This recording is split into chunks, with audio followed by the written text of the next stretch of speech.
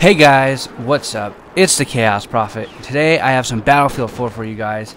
You might be noticing that I'm like kind of running through the ground and glitching. I have no idea what that is, but it's Operation Mortar, and I don't do too well. But I'm showing you guys what's in the Battlefield 4 fall patch that just came out on Tuesday. You might be wondering why I didn't do this on Tuesday or Wednesday. Tuesday I was doing a lot of Shadow of Mordor, and Wednesday I was too. So I decided to do it today. There's been a lot of changes, and a lot of them are really good. One of the main things that changed is your player movement speed. Now you actually feel like a real soldier that can move around the battlefield. It feels more like Battlefield 3. I don't feel like I have sandbags tied to my legs. I actually can move and jump over things and do things smoothly. I decided to be a medic and use a DMR because the scope of all scopes were reduced in recoil. Not really, but as in visual recoil. So when you're shooting it, it doesn't look like it has any real recoil, although the DMRs have quite a bit. You won't see it as much if you go back and watch one of my other ones. These don't move as much, so it's fantastic that they did that. Even on assault rifles or light machine guns, they've toned them down quite a bit, and that's fantastic. There's been a change to grenades as well. A lot of grenades either got reduced into one grenade, or just reduced in power. I believe the impact grenade got reduced down to 1 and might have had its power reduced. I can't remember now.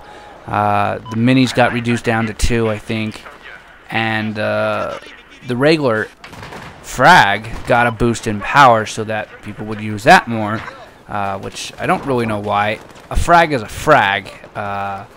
Whether it impacts or not, it doesn't really matter how many I have. Now, they did reduce the number of how many you get, or how often you get it replenished in your ammo bag, and that's good.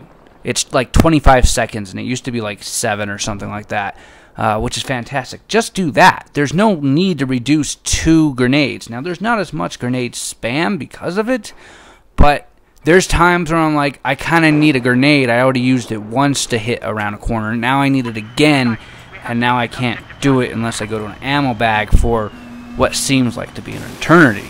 So that's kind of bad. All guns have been reduced in damage, I think, except for the LMGs and the DMRs. Possibly the sniper rifles, but I don't think they did either. But the assault rifles, the PDWs, the carbines, all of them got reduced in damage. It will now take you 1 more bullet to drop your enemy, which because of the netcode is a lot better now, a lot more crisp. There's not a lot of people dying around corners, and gunfights seem a little bit more fair, depending on what weapons you're using.